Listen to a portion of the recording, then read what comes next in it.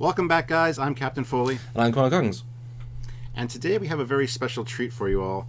We are very honored to have some Star Trek royalty joining us here at the Trekyards family, and to join our special guest lineup. Today's guest has been responsible for creating many of the aliens that inhabited the Star Trek universe, bringing races like the Borg, the Cardassian, the Ferengi, just the small league ones, and many more unique species to life. He can also be seen in the show Face Off, currently airing on the Sci-Fi Channel or Space in the Space Channel in Canada. Indeed. And he has also just released a book detailing this fantastic journey and his amazing career. So without any further ado, we proudly welcome Mr. Michale Westmore to the show. Welcome, Michael. Thank you. It's nice to be here. Absolute pleasure to have you join us today, Michael. Welcome to Trekyards. So first of all, tell us a little bit about yourself and how you came to work on Star Trek The Next Generation. And then every other iteration of Star Trek, just including Voyager and Deep Space Nine, Enterprise, and even several interactive video games, although not the later incarnations from J.J. Abrams. Traveling exhibits, books. Yeah, I'm tempted to. We should do a podcast at some point saying, Michale Westmore, what haven't you done? So yeah, the thing is, with Star Trek, it was actually for the 18 years, I was involved in absolutely everything. Anything that came through there that had an alien or a human being in it. A crew member, or whatever, I was involved. But take us back to the start, though. How did you get started in Star Trek, and about yourself as well, I'll try to keep it short. They were literally interviewing makeup artists for the show, and come down to the very end when they were almost ready to start filming. David Livingston, who was a line producer, called me and said that they've been interviewing makeup artists and they've been asking them who they would go to do the laboratory work and make the aliens. And my name kept coming up, so David, a light bulb went on, and he decided to call me to see if I was interested, just to go direct. And that's what happened. I went and had an interview with Gene. And interesting enough, I had a meeting with Whoopi Goldberg that afternoon. She was doing a one-woman show called Mom's Mabley, who was a very famous comedian, a woman that actually didn't have any teeth. She was just gums, and it was part of her character. So I had made gums for Whoopi and met with her in the afternoon.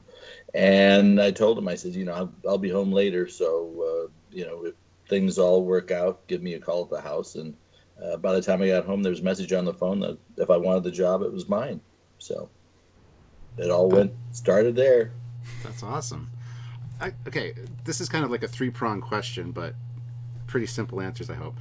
So what was the first alien you created for Star Trek? What was the last one you created for Star Trek? And what's been your favorite Star Trek alien over the years? Okay. I'm thinking we didn't have a lot in the pilot show.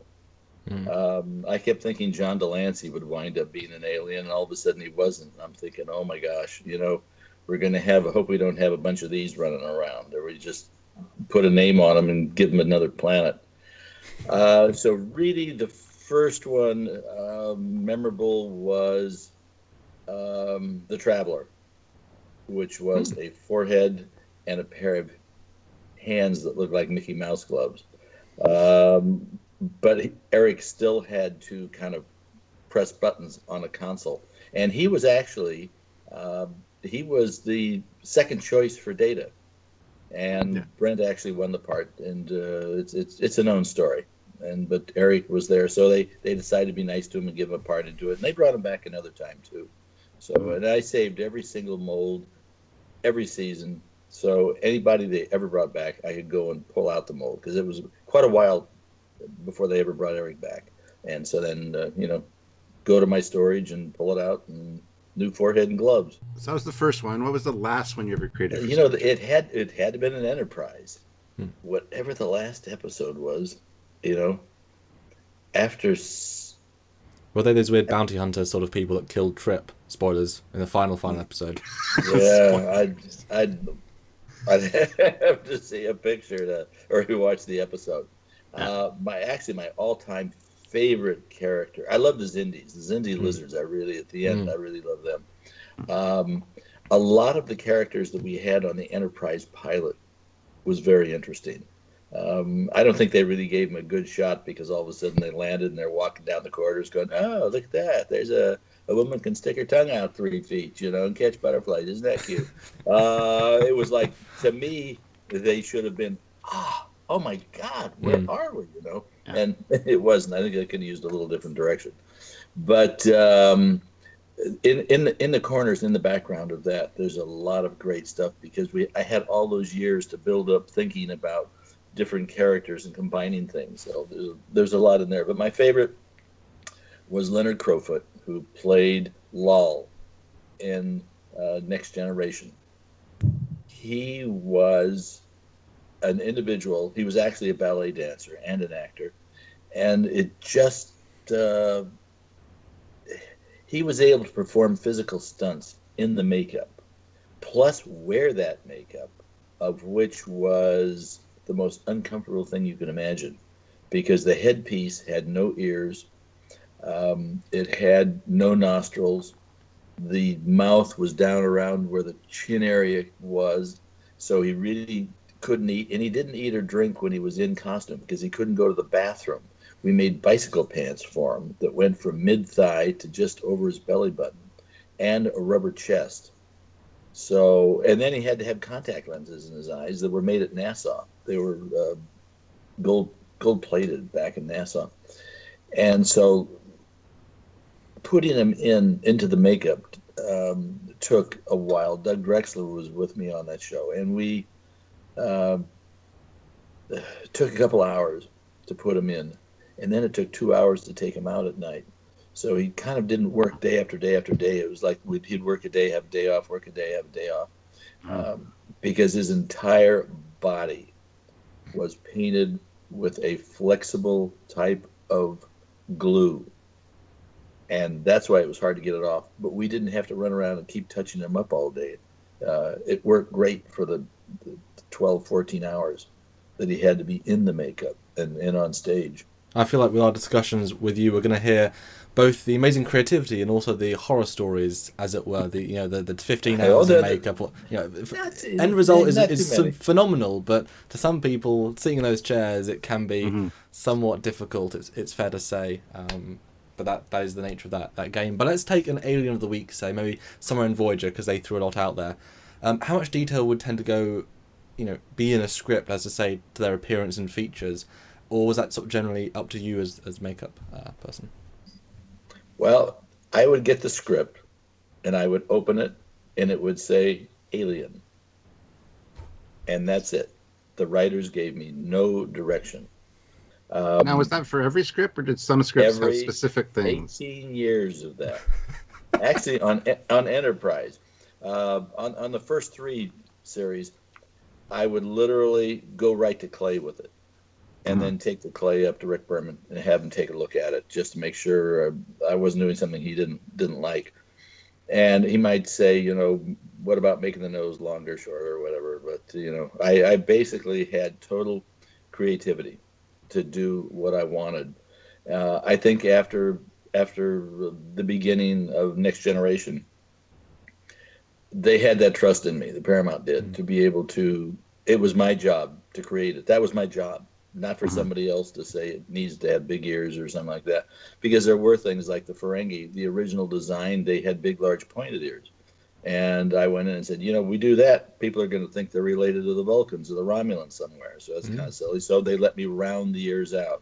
They also had long pointed chins, which were going to give us a lot of trouble during the day keeping them repaired. So they let me eliminate the chin.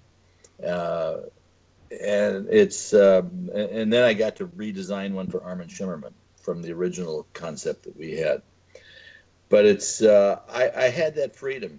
Enterprise, Rick wanted to see some sketches, so every episode in Enterprise, I'd do like 4:00 in the afternoon. I would literally sit down and sketch up 10 or 12 alien designs I had in mind and take them up to Rick, and I'd say, this is what I have in mind, and he'd make a little red check on one of them, and then I would go to work on that one.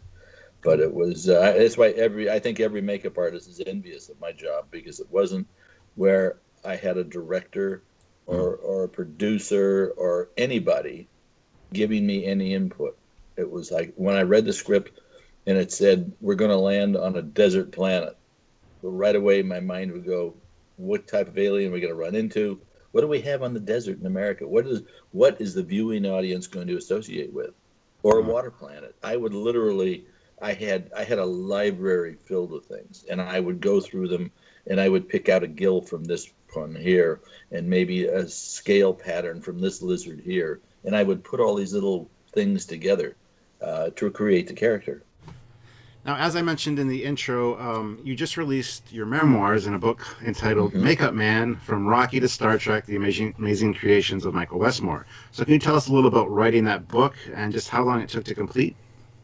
In 2003, I was sitting in my office looking out the window at a stage across the street where Sunset Boulevard, your old original classic movie, was filmed. And I started thinking about, gosh, I've got to have a background. So I asked Valerie to give me a yellow pad. I started to write on it. I actually started off with saying, okay, I was born in 1938, blah, blah, blah, in Hollywood. And I filled 3 yellow pads, of which to this day I haven't picked anything out of those pads. I've got all that information, but it's like the first 20 years of my life, those are. And then I started into my apprenticeship, which I had at Universal Studios, and I was there 11 years.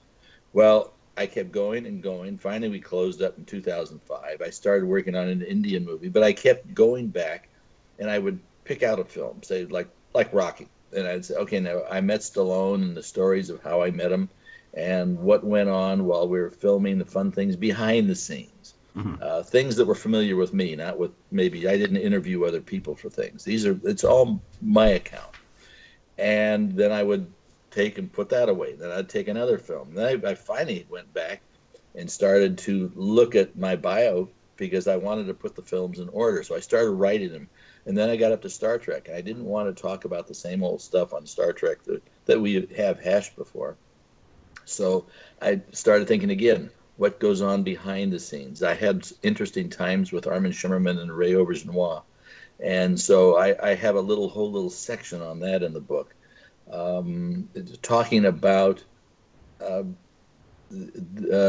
alien things, how Dax got her spots. In some of the aliens, the Suliban, how those were created.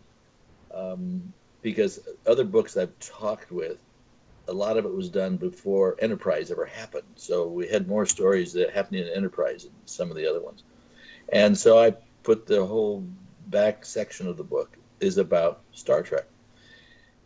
And then I finally finished. I said, well, I'd love to publish it, but I basically wrote it for myself and for the kids. I mean, I got to relive my entire career because that is just a part of it. The first part I said I was at Universal for 11 years. I did the Munsters. Butch Patrick and I are still friends. In fact, in the book, Butch wrote a whole big how I was his idol and hero and everything when I was making him when he was just a little boy, taking it up through meeting Stallone, De Niro, Liza Minnelli, Farrah Fawcett, with all these people that I had worked with over the years.